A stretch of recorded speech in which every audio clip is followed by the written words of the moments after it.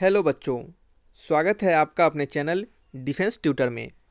आज की इस वीडियो में हम पढ़ने वाले हैं इंडियन कोस्ट गार्ड नाविक जीडी के सभी बच्चों के लिए फिजिक्स के कुछ एक्सपेक्टेड क्वेश्चंस को।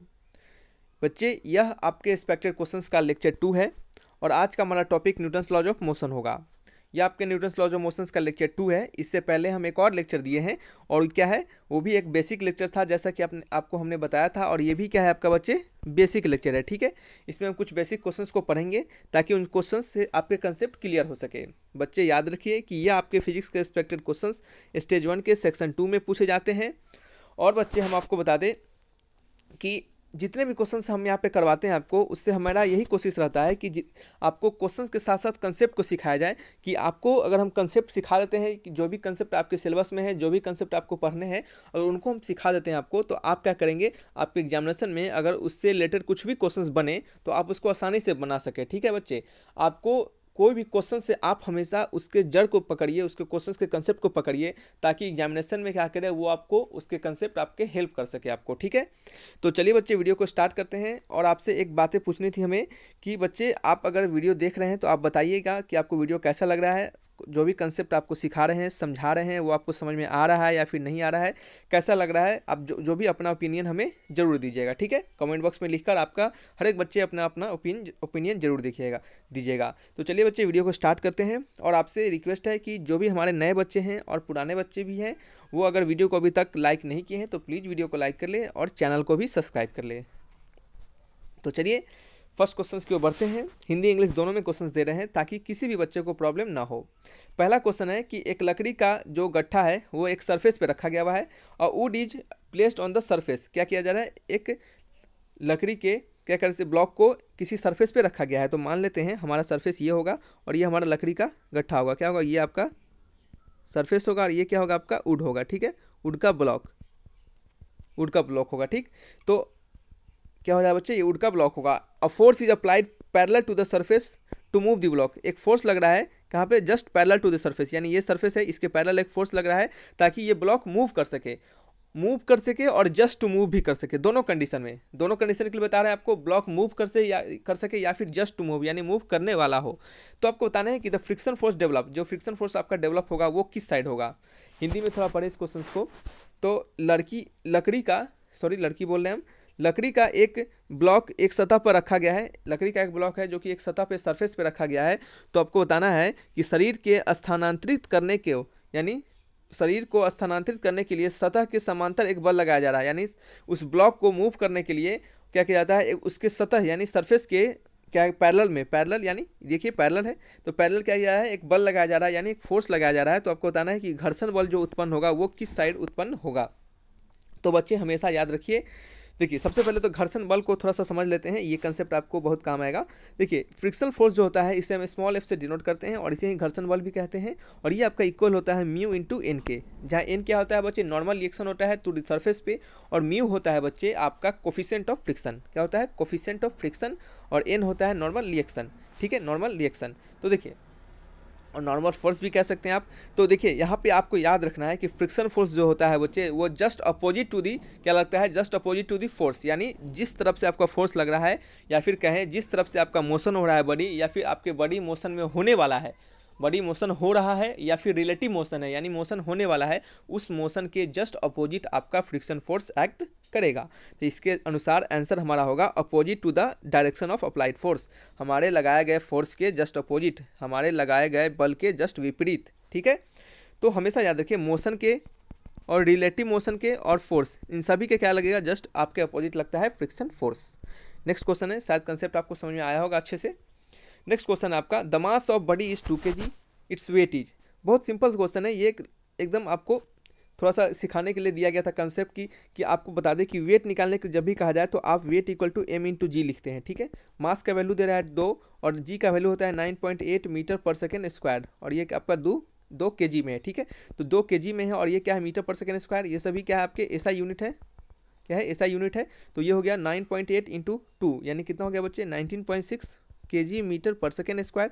और kg मीटर पर सेकेंड स्क्वायर को हम क्या कहते हैं बच्चे, न्यूटन के नाम से जानते हैं, यानी 19.6 न्यूटन। क्या है, 19.6 न्यूटन, यानी ऑप्शन नंबर ए। ठीक है, चलिए नेक्स्ट क्वेश्चन की ओर बढ़ते हैं। ये आपका बेसिक लेक्चर है बच्चे 2, और नेक्स्ट आने वाले लेक्चर जो होंगे वो कुछ अच्छे कंसेप्ट पे, बेहतर कंसेप्ट पे, आपके कुछ कुछ इंपॉर्टेंट कंसेप्ट पे रिलेटेड क्वेश्चंस करवाए जाएंगे। और एक एक क्वेश्चंस में हम आपको 2-3 कंसेप्ट सिखाते रहते हैं। क्वेश्चंस अगर बड़ा होता है तो उसमें 2-2 कंसेप्ट छुपा होता है, 2-2 क्वेश्चंस छुपा होता है। आपके एग्जामिनेशन में वो दोनों भी क्वेश्चंस पूछ सकते हैं, और उससे रिलेटेड कोई एक क्वेश्चंस पूछे यानी हाफ ऑफ क्वेश्चंस को पूछे तब भी आप उसे बना सके। ठीक है, कंसेप्ट आपको सिंपली पता रहना चाहिए। Two bodies of mass 4 kg and 5 kg are acted upon by the same force. दो बॉडी है 4 kg वाला और क्या है बच्चे 5 kg वाला। ठीक है, 2 kg वाला और 4 kg वाला और 5 kg वाला क्या है, दोनों पे सेम फोर्स लग रहा है, दोनों पे सेम फोर्स एफ हमने लगा दिया। ठीक है, तो if the acceleration of the lighter body is 2 metre, यानी इस बॉडी का एक्सलेशन कितना हो जा रहा है 2 मीटर पर सेकेंड स्क्वायर। तो आपको बताना है एक्सलेशन ऑफ स्मॉलर बॉडी, यानी इसका एक्सलेशन क्या होगा। ठीक है, तो इसका एक्सलेशन हम a' मान लेते हैं, इसका एक्सलेशन अगर a है तो देखिए फोर्स तो दोनों पे सेम लग रहा है, तो यानी F1 और F2, यानी F1 इक्वल टू है F2 के। फोर्स अगर सेम लग रहा है क्वेश्चन के अनुसार हमारा F1 इक्वल है F2 के, और F1 का वैल्यू क्या होगा m इंटू ए, M1 इंटू ए, और A1 कह सकते हैं आप, हमने इसको A1 मान लेते हैं और इसको a' के बदला A2 मान लेते हैं। ठीक है, तो M1 इंटू A1 और फोर्स F2 क्या होगा M2 इंटू A2। देख रहे हैं, समझ रहे हैं क्या बोल रहे हैं, दोनों पे सेम फोर्स लग रहा है तो दोनों का force F1 equal to F2 कर दिए। F का वैल्यू होता है M into a, F equal to M into a, तो M1 A1 equal to M2 A2। M का वैल्यू क्या है, M1 का वैल्यू 4 है और A1 का वैल्यू 2 है, M2 का वैल्यू 5 है और A2 का वैल्यू क्या है हमें निकालना है। ठीक है, वही ना हमें निकालना है हेवियर बॉडी का एक्सलेशन। ठीक है, यहीं पे एक्सलेशन कहने का मतलब त्वरण होता है बच्चे, त्वरण, और फोर्स मतलब बल, दोनों का बल इक्वल है। और आपको त्वरण ये लाइटर वाले यानी जो कम मास वाले हैं, कम द्रव्यमान वाले हैं, उनका क्या है एक्सलेशन दिया जा रहा है, आपको भारी द्रव्यमान वाले का एक्सलेशन निकालने हैं। ठीक है, तो चलिए 5 4 20। ठीक है, तो इसका एक्सलेशन कितना हो जाएगा, देखिए A2 का वैल्यू कितना हो जाएगा 4 दूना 8 बटे 5 मीटर पर सेकेंड स्क्वायर, A2 का वैल्यू। तो इसको जब आप डिवाइड कीजिएगा तो ये कितना आएगा 1.6 मीटर पर सेकेंड स्क्वायर, यानी ऑप्शन नंबर सी। ठीक है, चलिए नेक्स्ट क्वेश्चन की ओर बढ़ते हैं।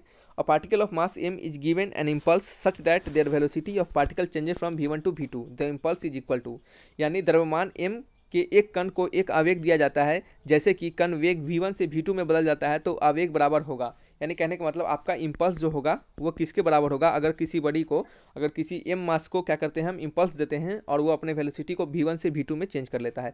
तो आप याद रखिए बच्चे कि इम्पल्स का वैल्यू होता है impulse is equal to, impulse के डेफिनेशन होते हैं, इम्पल्स का परिभाषा होता है कि impulse is equal to change in momentum यानी डेल्टा p।